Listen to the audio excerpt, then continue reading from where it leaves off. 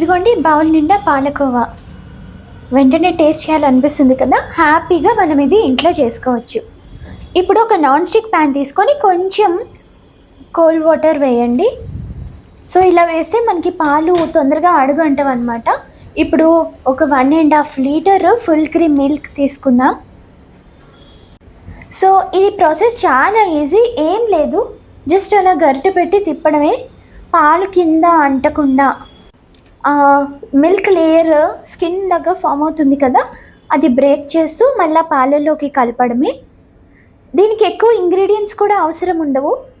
మనం జస్ట్ ఓపిక్గా జస్ట్ పొయ్యి దగ్గర ఉండి చూసుకోవడమే, పాలు పొంగకుండా ఇంకా మాడకుండా అడుగంటకుండా. అలా ఏదైతే క్రీమ్ అయితే ఉందో అది గరిటెతో తీసి అలాగ పాలల్లోకి వేయాలన్నమాట. జస్ట్ పాలు అలా రెడ్యూస్ అవ్వాలి అంతే. చాలా సింపుల్ ఈ పాలకోవా. వంట రాని వాళ్ళు కూడా, ఫస్ట్ టైం చేస్తున్న వాళ్ళు కూడా హ్యాపీగా చేయొచ్చు. జస్ట్ జాగ్రత్తగా ఉండాలి అంతే, పాలు పొంగకుండా. చూసారా, ఇప్పుడు చాలా మటుకు పాలు దగ్గరకు వచ్చేసాయి. ఆల్మోస్ట్ 50% అయిపోయింది. ఇంకా నెమ్మదిగా అలా తిప్పుతూ ఉండండి. మీరు గమనిస్తూ ఉంటే పాల కలర్ కూడా చేంజ్ అవుతుంది. దగ్గర పడుతున్న కొద్దీ ఎల్లో కలర్లోకి వస్తాయన్నమాట. అంతే, జస్ట్ అందుకే నాన్ స్టిక్ అని చెప్పాము. నాన్ స్టిక్లో అయితే మీకు అంత తొందరగా అంటదు కాబట్టి మీరు ఫ్రీగా హ్యాపీగా చేసుకోవచ్చు. చూడండి, ఆల్మోస్ట్ దగ్గర పడిపోతుంది. బాగా థిక్ అయ్యాయి కదా మిల్క్. ఇంకొంచెం దగ్గర పడితే మనకి పాలకోవా అయిపోతుంది. ఇదిగోండి, మీరు హైలో పెట్టేటట్టయితే అక్కడే ఉండండి, లేకపోతే మాడిపోతుంది. ఇదిగోండి, దగ్గర పడిపోయింది ఆల్మోస్ట్. బాగా దగ్గరకు వచ్చేసాక పాలు మట్టుకు మీరు సిమ్లో పెట్టండి, మరి హైలో వద్దు, ఈజీగా మాడిపోతుంది కాబట్టి. అలా సిమ్లో తిప్పుతూ ఉంటే మీకు ఫాస్ట్గా అయిపోతుంది. ఇప్పుడు తీపి పాలకోవా కాబట్టి ఒక 1/2 కప్పు షుగర్ వేసుకున్నాం. ఇది సరిపోతుంది, మీరు కావాలంటే ఎక్కువ వేసుకోవచ్చు, బట్ ఈ క్వాంటిటీకి ఇది సరిపోతుంది.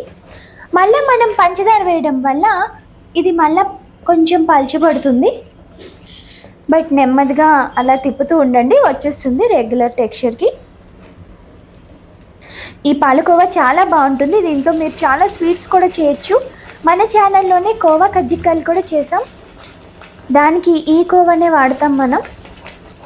సో ఇంకా చాలా కోవా బుర్లు కోవా కూడా చేయొచ్చు మనం దీంతో. ఇంకా చాలా రకాల స్వీట్స్ చేసుకోవచ్చు. ఉట్టుగా తిన్నా చాలా టేస్టీగా ఉంటుంది. ఈ పాలకోవా కమ్మగా ఉంటుంది. చూసారా, మీకు పాలకోవా అయిందో లేదో తెలియాలి అంటే కొంచెం తీసి ఇలా చుడితే మనకి ఉండ కట్టేసింది అంటే ఇంకా అయిపోయినట్టే. అదిగోండి, బాల్ లాగా అయిపోతుంది కదా, అంటే పాలకోవా అయిపోయినట్టే. ఇంకా మీరు ఆపేయచ్చు, అయిపోయింది. కొంచెం యాలకుల పొడి వేస్తున్నాం, మంచి వాసన వస్తుంది.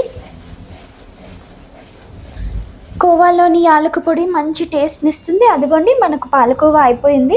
సో ఇప్పుడు ఒక బౌల్లో తీసుకొని గీలో ఫ్రై చేసిన కొన్ని క్యాష్యూస్ వేసాం. ఇవి మంచి క్రంచిని ఇచ్చి పాలకోవాతో పాటు మంచి టేస్ట్ని అందిస్తాయి. చాలా సులువుగా చేసుకోవచ్చు, కొంచెం ఓపిక పెడితే మీకు ఈ కమ్మటి పాలకోవా వస్తుంది. చాలా బాగుంటుంది, తప్పకుండా ట్రై చేయండి. Thank you.